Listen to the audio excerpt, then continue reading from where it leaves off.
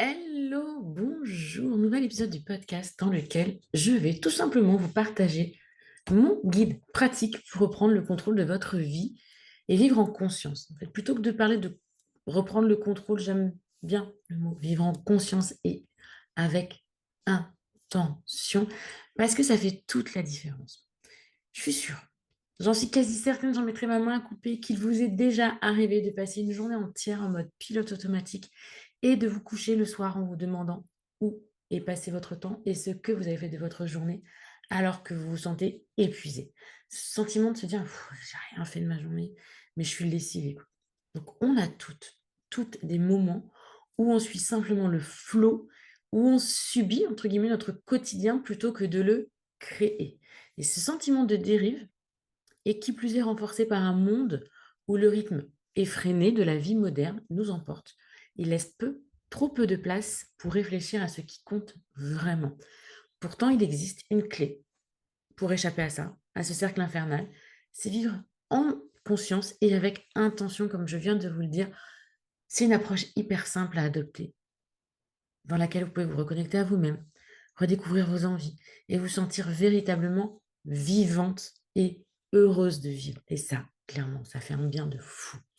Donc là, dans cet épisode, vous allez apprendre à donner du sens à votre quotidien, un petit pas après l'autre, à lâcher prise sur ce que vous ne pouvez pas contrôler pour moins de stress, à faire des choix conscients sans avoir la sensation de renoncer, comme on me dit souvent quand j'accompagne quelqu'un.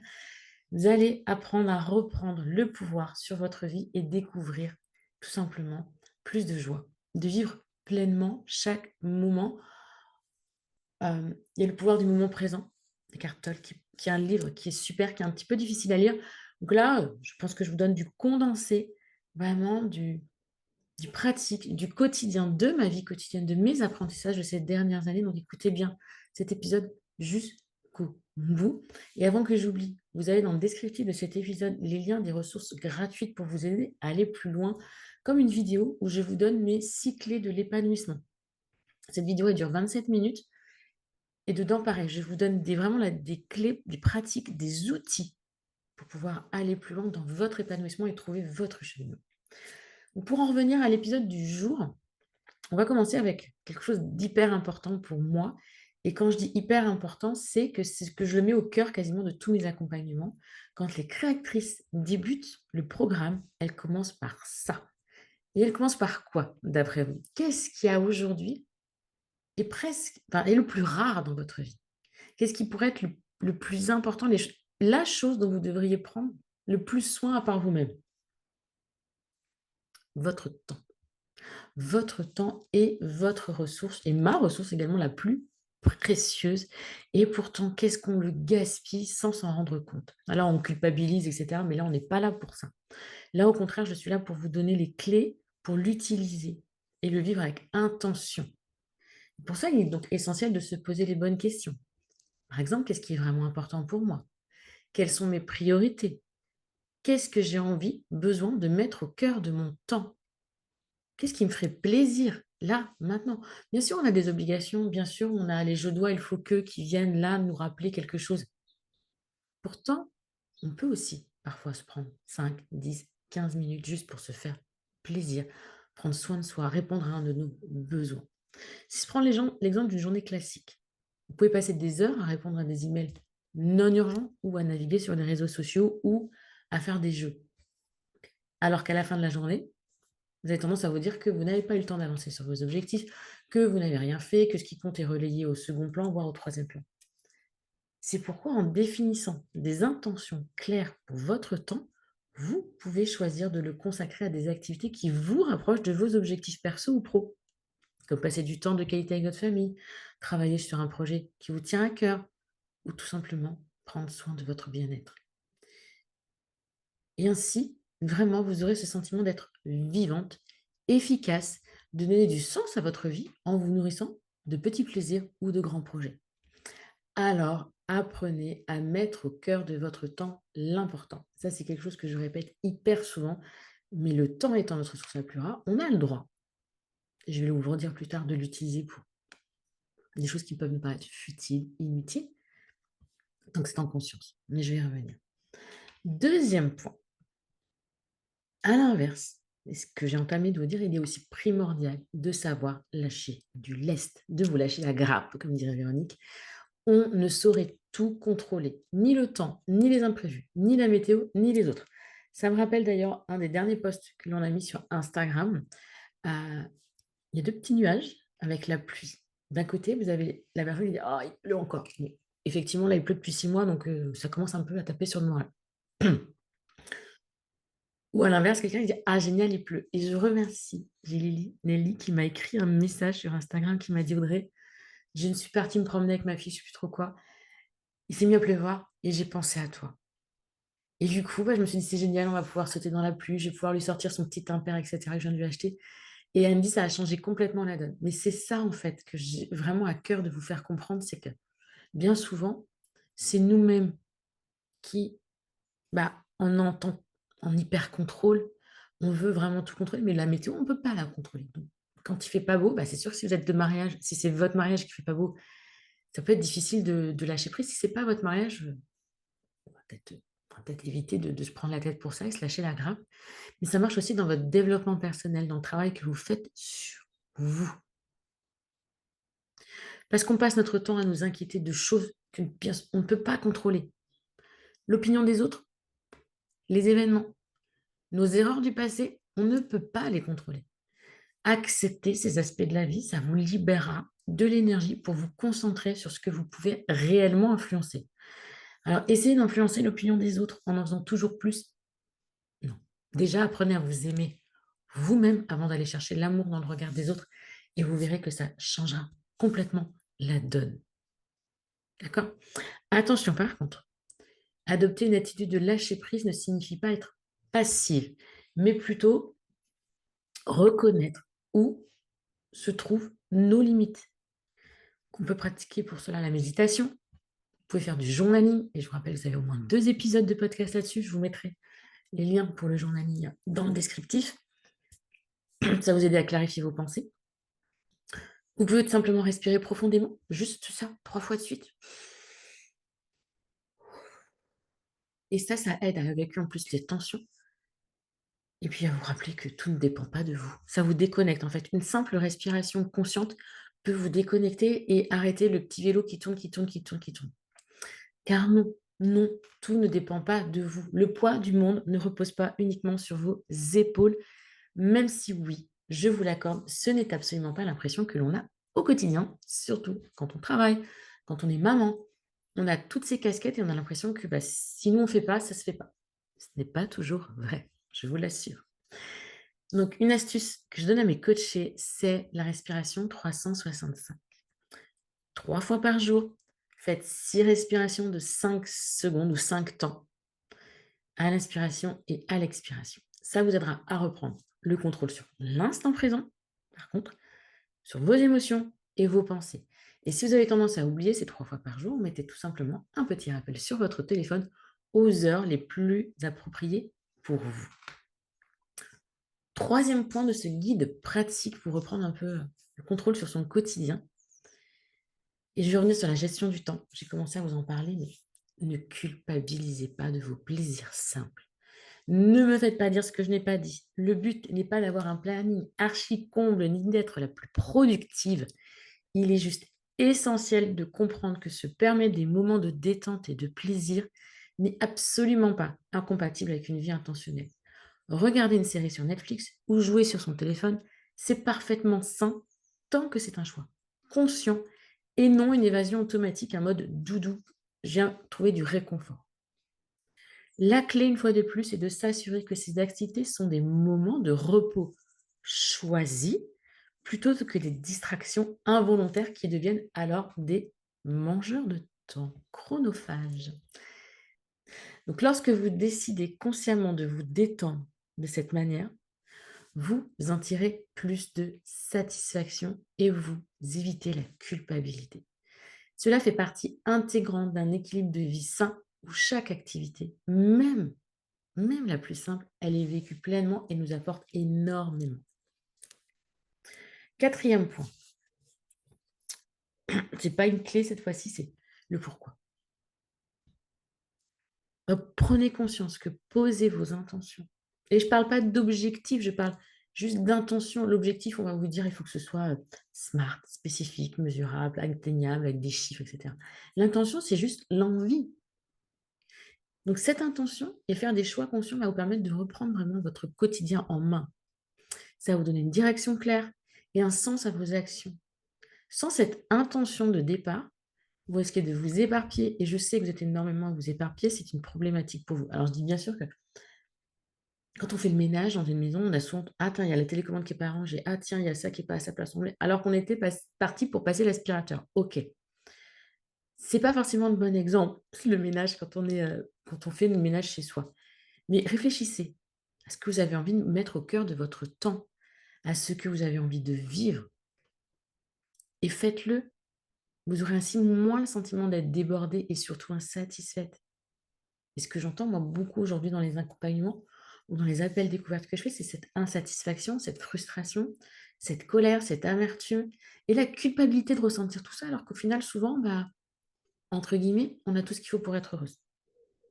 Alors j'en profite, la petite publicité en passant, le programme Créatrice, il est ouvert toute l'année. Et là, il va se refaire une petite beauté en juillet, donc prenez rendez-vous pour un appel découverte, une session découverte avec Suzy ou moi-même. Ce sera en fonction de notre planning, vous ne le saurez pas tout de suite. 30 minutes. Beaucoup de questions de notre part pour mieux vous comprendre, mieux vous connaître, savoir si cet accompagnement est réellement fait pour vous. Parce qu'on est aussi honnête et on saura vous dire non.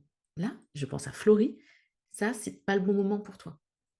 Voilà ce que je peux te proposer d'autre, ou peut-être ce qu'il faut que tu mettes en place avec d'autres professionnels de santé avant de venir avancer avec Créatrice. Et une fois que vous êtes prête, après, on vous accueille bien sûr les bras ouverts. Et ça, on vous accueille n'importe quand. J'ai fait le choix d'ouvrir cet accompagnement 12 mois, 365 jours. Parce que je l'ai fait à un moment donné, je l'ouvrais 4 fois dans l'année. Mais si vous êtes prête aujourd'hui, vous n'avez pas envie d'attendre le mois d'octobre que je fasse ma prochaine session pour les créatrices. Et c'est ça que je retiens. Moi, créatrice, quand vous êtes prête, on vous accueille les bras ouverts. 4 coachs pour 12. 4 coachs pour 12. Et ça, vous ne le retrouverez nulle part ailleurs, dans aucun accompagnement. Et quand j'ai des coachs, nous, ce n'est pas du coaching écrit. On a 3 rendez-vous de groupe par mois. Vous avez 4 coachings individuels vraiment spécifiques avec votre coach pendant les 6 mois de l'accompagnement. Et ça, vous le voyez nulle part ailleurs. Donc, je vous mets le lien dans le descriptif, bien évidemment. J'en reviens au pourquoi. Pourquoi ces intentions? Parce que vous allez définir aussi une feuille de route au quotidien, au fur et à mesure, en avançant. De dire: «Oui, ça, non, oui, ça, oui, peut-être, ah, je sais pas», et cetera. Et ça va guider vos actions et vos décisions. Ça ne signifie par contre pas que chaque jour doit être planifié au millimètre près, du tout. Ça vous donne une vision globale de ce qui est important et de là où vous voulez aller pour avoir des choix alignés avec cette vision. Et en cas d'imprévu, en cas d'imprévu aussi, on va savoir s'adapter plus facilement et rapidement et sans stress, sans perdre de vue ses objectifs. Donc cette vie en conscience, c'est moins de culpabilité, moins de stress, moins d'anxiété, plus de kiff, plus de joie. Et ce n'est pas si compliqué, honnêtement. Nouveau point, et là c'est une phrase que je dis hyper souvent. Vous allez voir ce que je vais vous dire. Vous n'êtes peut-être pas d'accord, mais réfléchissez bien. Parce que dans tout ce que je viens de vous dire, ce qui peut vous paraître le plus compliqué, c'est de choisir. Beaucoup, beaucoup, beaucoup de femmes que j'accompagne associent le fait de faire des choix au renoncement. Pourtant, choisir, écoutez-moi bien, choisir, c'est avant tout exercer son pouvoir de décider. En faisant des choix conscients, vous décidez de votre vie, de ce qui est prioritaire pour vous, et vous prenez les mesures pour y parvenir. Ça peut être aussi simple que de choisir de passer votre soirée à lire un livre plutôt que de regarder la télévision, ou l'inverse, ou de prendre du temps pour une activité physique qui vous plaît, ou créative. Chaque choix que vous faites de manière consciente va vous rapprocher de la vie que vous souhaitez vraiment mener. Par exemple, vous pouvez ne pas vous épanouir dans votre job aujourd'hui. C'est OK. Si vous le subissez par contre chaque matin, vous allez puiser dans vos réserves d'énergie et ça, c'est mort. Là, vous allez au droit au burn-out. À l'inverse, si vous définissez en conscience que ce travail vous offre un emploi du temps flexible, X semaines de congés par an, un salaire convenable qui vous permet de financer les études de junior, les vacances d'été, que sais-je, et cetera, la dynamique sera complètement différente. Et là, vous aurez repris le lead sur votre quotidien et vous vous sentirez bien plus forte, bien plus vivante. Je ne dis pas que tous les jours seront simples et que vous verrez la vie en rose en allant à ce travail qui ne vous épanouit pas. Cependant, vous relativiserez bien plus et vous aurez une capacité à revenir à votre pourquoi et votre motivation là, qui vous donnera de l'énergie supplémentaire plutôt que de puiser en permanence dedans. Peut-être qu'à un moment donné, ce choix, il ne vous paraîtra plus aligné et là, on réfléchira à changer de job. Faites-le en conscience. Donc non, choisir, ce n'est pas renoncer, c'est reprendre le pouvoir. Très grosse nuance. Donc, pour résumer, l'intention, c'est le moteur de votre quotidien, ce qui va vous donner de l'énergie. Elle va donner un sens à vos actions, vous motiver à avancer. Quand vous vous levez le matin avec des intentions claires, et bien vous abordez votre journée avec enthousiasme, plaisir, vous êtes contente de vous lever. Vous savez pourquoi vous faites ce que vous faites et cela nourrit votre envie de vivre pleinement chaque moment. Et je vous l'ai déjà dit, mais cette approche ne nécessite pas de grands changements immédiats. Commencez par de petites actions intentionnelles. Prendre quelques minutes chaque matin pour définir votre priorité grâce à votre bullet, c'est ce qui m'a amené là aujourd'hui.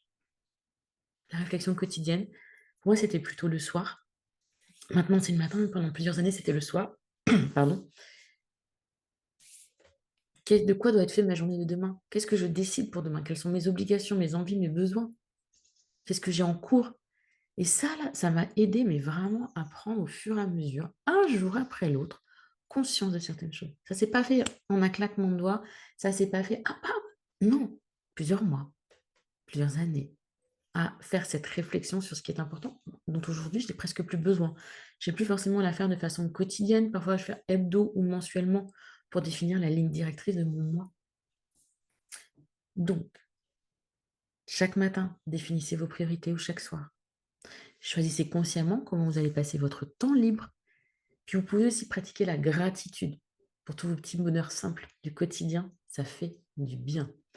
Vivre avec intention et en conscience, c'est une invitation à prendre les rênes de sa vie, à faire des choix qui résonnent avec vos valeurs profondes et savourer chaque moment.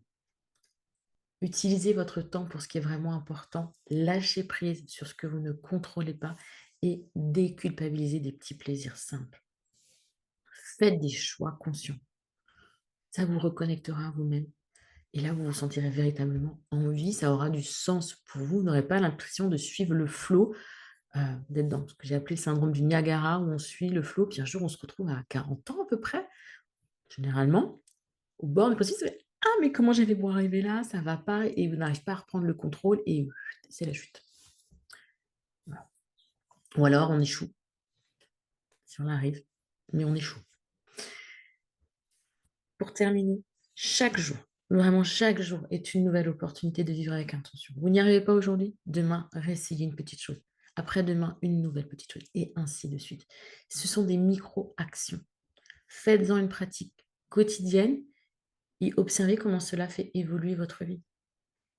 Posez-vous la question chaque matin, qui j'ai envie d'être aujourd'hui? Si vous avez peur de l'oublier, mettez un rappel sur votre téléphone avec le message qui s'affiche. Parce que bien évidemment que votre cerveau ne va pas vous le dire le matin. Il y a d'autres choses à penser.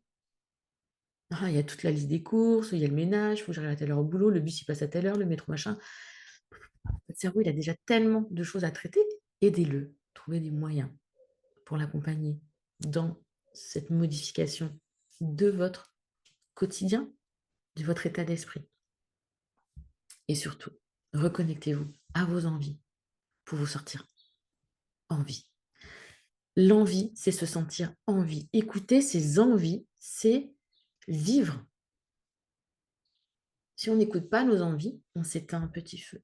Donc apprenez de temps en temps à vous faire plaisir et à les écouter.